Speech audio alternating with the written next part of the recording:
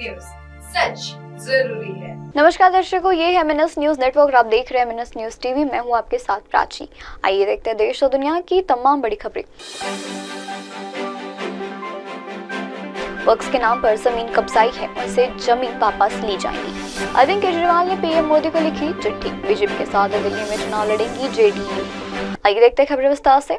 वक्फ के नाम पर जमीन कब्जाई है, उनसे जमीन वापस ली जाएगी। लखनऊ में उत्तर प्रदेश के मुख्यमंत्री योगी आदित्यनाथ ने बुधवार को कहा कि वक्फ बोर्ड के नाम पर जमीन कब्जे के मुद्दे पर मुख्यमंत्री ने सख्त रुख अपनाते हुए कहा है कि यह समझाना मुश्किल है कि वक्फ बोर्ड है या भू माफिया है। बोर्ड ने कहा है कि हमारी सरकार ने वक्फ अधिनियम में संशोधन किया और 1 इंच जमीन की जांच करवा रही है। जिन लोगों के वक्फ के नाम पर जमीन कब्जाई है, उनसे जमीन वापस ली जाएंगी और गरीबों के लिए आवास, शिक्षक संस्थान और अस्पताल बनाए जाएंगे।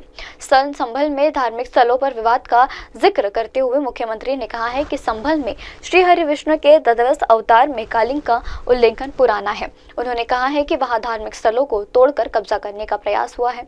मुख्यमंत्री के कहने पर भारत की सनातन धर्म की परंपरा दुनिया की सबसे प्राचीन सांस्कृतिक है।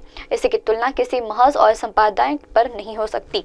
उन्होंने कहा कि हजारों वर्षों की विरासत उसके पास है, जिसके सांस्कृतिक और आध्यात्मिक योजनाएं भी उतरने को आ रही है। उन्होंने कहा है, आकाश से भी ऊंची है सनातन की परंपरा, इसकी तुलना नहीं की जा सकती है। महाकुंभ के बारे में मुख्यमंत्री ने कहा, देवासुर संग्राम के बाद अमृत की बूंदे प्रयागराज, हरिद्वार, उज्जैन और नासिक में गिरी। इन स्थानों पर महाकुंभ के आयोजन भारत की ज्ञान, चिंतन और सामाजिक दिशा तय करने का अवसर रहे हैं। उन्होंने कहा है कि महाकुंभ केवल धार्मिक आयोजन नहीं है, बल्कि यह भारत की आध्यात्मिक विरासत और राष्ट्रीय एकता का प्रतीक है। बढ़ती अगली खबर की ओर। अरविंद केजरीवाल ने पीएम मोदी को लिखी चिट्ठी। दिल्ली के पूर्व मुख्यमंत्री और आम आदमी पार्टी के संयोजक अरविंद केजरीवाल ने प्रधानमंत्री नरेंद्र मोदी को चिट्ठी लिखी। उन्होंने दिल्ली की जाट समाज को केंद्र के OBC लिस्ट में शामिल करने को लेकर चिट्ठी लिखी। केजरीवाल ने कहा है कि आपने दिल्ली के जाट समाज को धोखा दिया। दिल्ली में OBC दर्जा प्राप्त जाटों को सभी अन्य जातियों को केंद्र की OBC लिस्ट में शामिल किया जाना चाहिए। उन्होंने कहा, केंद्र की सरकार ने 10 सालों से जाट समाज को OBC आरक्षण से नाम पर धोखा किया। आपके 2015 में जाट समाज के नेताओं को घर बुलाकर वादा किया था कि दिल्ली के जाट समाज को केंद्र की OBC सीट मिलनी चाहिए और वह उसमें शामिल भी होंगे। 2019 में अमित शाह ने जाट समाज को केंद्र की OBC लिस्ट में आने का दावा किया। इसी के साथ राजस्थान के जाट समाज के छात्रों को DU में रजिस्ट्रेशन मिलना है, तो दिल्ली के जाट समाज को क्यों नहीं मिलता? आम आदमी पार्टी ने निभाते हुए निशाना साधते हुए कहा है कि गृह मंत्री ने भी वादा किया था, लेकिन पूरा नहीं किया। प्रधानमंत्री और गृह मंत्री झूठ बोलते हैं, चुनाव से पहले बोलते हैं लेकिन उसके बाद भूल जाते हैं।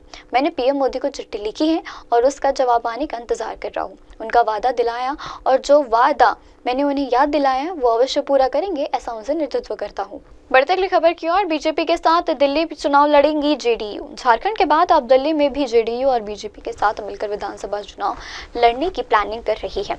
ऐसी जानकारी सामने आ रही है कि JDU और बीजेपी के बीच दिल्ली विधानसभा चुनाव में सीट बंटवारे को लेकर बातचीत चल रही है। सूत्रों की माने तो JDU कोशिश कर रही है कि इस बार उनके खाते में पिछली बार से ज्यादा सीटें आए। पिछली बार JDU को गठबंधन में से 2 सीटें मिली थी, इससे बुराड़ी और असंगम विहार थी। वैसे तो दिल्ली में भी दर्जनों से ऐसी विधानसभा सीटें हैं जिसका चुनाव वह लड़ सकते हैं, जहां पर बिहारी और पूर्वांचली वोटर्स का अहम रोल होता है। लेकिन अब तक सामने आई जानकारी के मुताबिक JDU की कोशिश होगी कि बीजेपी के साथ होने वाली गठबंधन में से उसे 4 या 5 या फिर 6 सीटें मिले। 2013 से संगम विहार सीट का प्रतिनिधित्व आम आदमी पार्टी के निर्देशन में रहा था। 2020 में JDU के शिवचरण गुप्ता ने यहां से चुनाव लड़ा था। दिनेश मोहिया को 75,335 वोट मिले थे, जबकि शिवचरण गुप्ता केवल 32,823 वोटों की हासिल कर पाए थे। वक्त तो चाहे दर्शकों ब्रेक का। ब्रेक लौटने के बाद देखिएगा देश और दुनिया की तमाम बड़ी खबरें। बने रहिए MNS न्यूज टीवी पर। नमस्कार। हाय, मैं हूँ तापसी पन्नू और आप देख रहे हैं MNS न्यूज।